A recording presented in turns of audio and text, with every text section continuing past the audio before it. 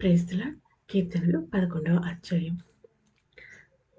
యెహోవా శరణుజొచ్చియున్నాను, పక్షివలె నీ కొండకు పారిపోము అని మీరు నాతో చెప్పుట ఎలా? దుష్టులు విల్లెక్కి పెట్టియున్నారు. చీకటిలో యథార్థ హృదయుల మీద వేయుటకై తమ బాణములు వారి యందు సంధించియున్నారు. పునాదులు పాడైపోగా నీతిమంతులేమి చేయగలరు? యెహోవా తన పరిశుద్ధాలయంలో ఉన్నాడు. యెహోవా సింహాసనము ఆకాశమందున్నది. ఆయన నరులను కన్నులారా చూచుచున్నాడు. తన కనుదృష్టి చేత ఆయన వారిని పరిశీలించుచున్నాడు. యెహోవా నీతిమంతులను పరిశీలించును. దుష్టులను బలాత్కారాసక్తులను ఆయనకు అసహ్యులు. దుష్టుల మీద ఆయన ఉరులు కురిపించును. అగ్ని గంధకములు వడగాలియు వారికి పానీయ భాగమగును. యెహోవా నీతిమంతుడు, ఆయన నీతిని ప్రేమించువాడు. యథార్థవంతులు ఆయన ముఖ దర్శనము చేసెదరు. కీర్తనలు 12వ అధ్యాయము. యెహోవా నన్ను రక్షింపుము. భక్తిగల వారు లేకపోయిరి. విశ్వాసులు నరుల్లో నుండకుండా గతించిపోయిరి. అందరూ ఒకరితోనొకరు అబద్ధములాడుదురు. మోసకరమైన మనస్సు గలవారే ఇచ్చకములాడు పెదవులతో పలుకుదురు. యెహోవా ఇచ్చకములాడు పెదవులన్నిటినీ, బింకములాడు నాలుకలన్నిటినీ కోసివేయును. మా నాలుకల చేత మేము సాధించెదము. మా పెదవులు మావి, మాకు ప్రభువు ఎవడని వారనుకొందురు. బాధపడు వారికి చేయబడిన బలాత్కారమును బట్టియు, దరిద్రుల నిట్టూర్పులను బట్టియు నేనెప్పుడూ లేచెదను. రక్షణను కోరుకున్న వారికి నేను రక్షణ కలుగజేసెదను అని యెహోవా సెలవిచ్చుచున్నాడు. యెహోవా మాటలు పవిత్రమైనవి. అవి మట్టి మూసాలో 7 మారులు కరిగి ఊదిన వెండి ఎంత పవిత్రములు.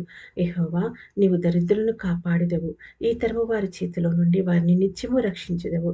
నరులలో నీచవర్తన ప్రబలమైనప్పుడు దుష్టులు గర్విష్ఠులై నలుదిక్కుల తిరుగులాడుదురు.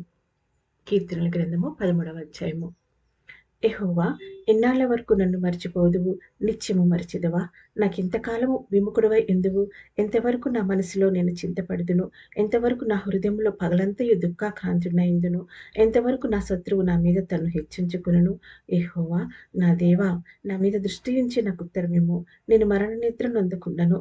వాని గెలిచితినని నా శత్రువు చెప్పుకొనకుండను. నేను తూలిపోయి యుండగా నా విరోధులు హర్షింపకుండను. నా కన్నులకు వెలుగిమ్ము. నేనైతే నీ కృపయందు నమ్మికయుంచియున్నాను. నీ రక్షణ విషయమై నా హృదయము హర్షించుచున్నది. యెహోవా నాకు మహోపకారములు చేసియున్నాడు. నేను ఆయనను కీర్తించెదను. కీర్తనల గ్రంథము 14వ అధ్యాయము. దేవుడు లేడని బుద్ధిహీనులు తమ హృదయములో అనుకొందురు. వారు చెడిపోయిన వారు అసహ్య కార్యములు చేయుదురు. మేలు చేయు వాడొకడును లేడు.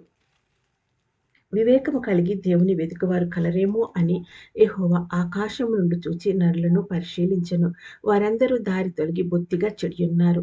మేలు చేయి వారెవరునూ లేరు, ఒక్కడైనను లేడు. యెహోవాకు ప్రార్థన చేయక ఆహారము మృంగినట్లు నా ప్రజలను మృంగుచు. పాపము చేయవారందరికీ తెలివి లేదా? పాపము చేయువారు బహుగా భయపడుదురు. ఎందుకనగా దేవుడు నీతిమంతుల సంతానము పక్షమునున్నాడు. బాధపడు వారి ఆలోచనను మీరు తృణీకరించెదరు. అయినను యెహోవా వారికి ఆశ్రయమై ఉన్నాడు. సీయోనులో నుండి ఇశ్రాయేలునకు రక్షణ కలుగును గాక. యెహోవా చెరలోని తన ప్రజలను రప్పించినప్పుడు యాకోబు హర్షించెను, ఇశ్రాయేలు సంతోషించెను. ఈ 4 అధ్యాయాల్లో కీర్తనలు 11వ అధ్యాయం నుంచి 14వ అధ్యాయం వరకు నాకు నచ్చిన వాక్యం చాలా ఉన్నాయి.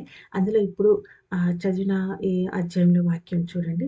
నాకిది బాగా నచ్చింది. యెహోవాకు ప్రార్థన చేయక ఆహారం మృంగునట్లు నా ప్రజలను మృంగుచు పాపము చేయు వారందరికీ తెలివి లేదా? అంటే హ్మ్, ప్రార్థన చేస్తే దేవుడు దేన్నైనా పవిత్రపరుస్తాడు ఆహారాన్ని. అందుకని ఆహ్, ప్రార్థన చేసి మనం ఆహారం తినాలంది కదా! అయితే ప్రార్థన చేయకుండా తినటం అది పాపము. అంటే పాపాన్ని మనం తింటున్నాము కదా! ఇది నాకు చాలా నచ్చింది. ఆహ్, మీకు ఈ ఈ అధ్యాయంలో ఈ 4 అధ్యాయంలో ఆహ్, ఏది నచ్చింది? అంటే వింటున్నప్పుడు ఏదో ఒకటి మనకి అట్రాక్ట్ అవుతుంది కదా! ఆహ్, నాకైతే ఇలాగ అధ్యాయాలు వాక్యం చదువుతున్నప్పుడు చాలా వస్తూ ఉంటాయన్నమాట. ఏంటంటే ఒక వర్తమానంలాగా వచ్చేస్తూ ఉంటుంది. అందుకే నేను ఎక్కువ చదవను. ఎందుకంటే మళ్ళీ తర్వాత చదువుతున్నప్పుడు వేరే రకంగా వస్తుంది. వేరే రకంగా అర్థమవుతుంది. అందుకని ఎక్కడ ఏదొస్తుందో దాన్ని వెంటనే స్టాప్ చేసేస్తాను, వ్రాసేస్తాననమాట. ఆహ్, ప్రైజ్ ది లార్డ్. ఈ రోజుకి ఇవి చాలు. Praise the lord.